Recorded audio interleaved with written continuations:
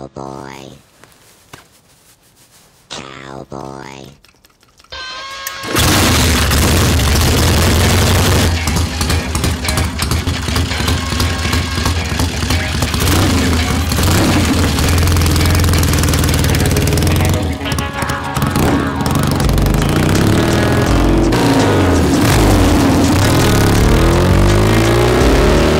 I started falling in love with dirt bikes and motorcycles probably when I was about 5.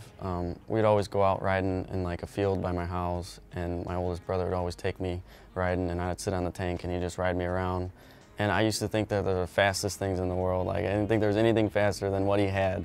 But like eventually he jumped off the back and he's like, just keep going, keep riding it till it runs out of gas. And I was so scared, but I knew that this underneath me, like this bike was so cool. And it just really made me fall in love with it, and it just started from there, so.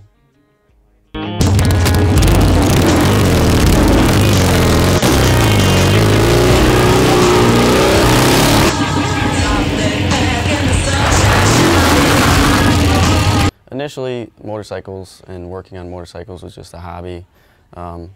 We always worked on them in the garage. We had people come over, they'd work on them with us, but I don't know, we just really were more technically involved with it, and it came really natural to me. I was able to just work with my hands and follow what my brothers were doing. And my brother went to Motorcycle Mechanics Institute in Phoenix, and after he graduated, I was actually working at Menards, just delivering stuff. And he said, I can make a lot more money doing this type of stuff. And like I said, I've always worked out of the garage and worked on people's bikes. And he said, I got an open spot at Service Honda, and we could just start working together. So I've been doing that for almost 5 years now.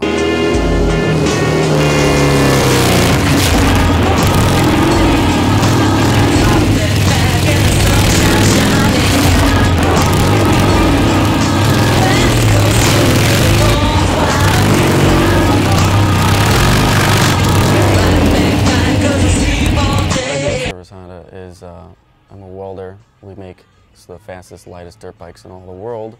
They're quite expensive, but I have access to riding any of them I want, as long as we have them used in stock here. What I do is I take them out on the weekends to go race with them. I'm still an amateur, but it's really fun. So I go to the track with one of the best bikes in the world, and everybody always comes up to me and asks me about it. So it's fun to always talk with people about that type of stuff. But like I said, I'm still an amateur, and it's just really fun.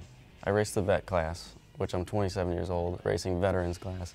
But in that sport, if you're 5 years old, you could start racing. If you're 4 years old, you could start racing. So, and I've always been doing it my whole life, probably since I was 7. And for riding 20 years, you are considered a veteran in that class. This year, I got my first win on one of our bikes that we race here, or not we race here, but that I produce.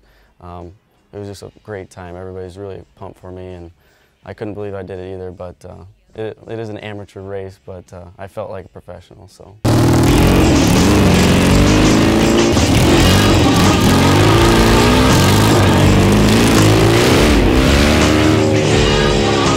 I describe my relationship with motorcycles more like a lifestyle.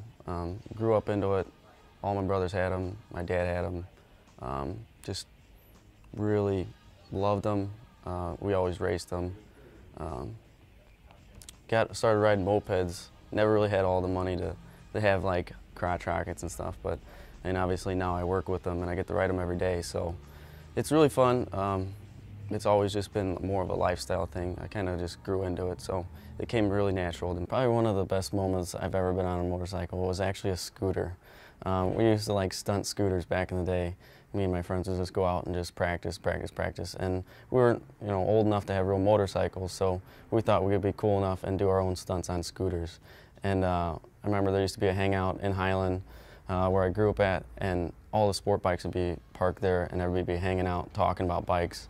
And I always thought it'd be so much fun to just ride past, riding a wheelie on a moped. And so we planned it out, and we started riding past them, and I popped it up, started riding a wheelie. And I wanted to give them the #1 sign, so I'm like holding up my hand, #1, and we went right past. Everybody was like freaked out, laughing.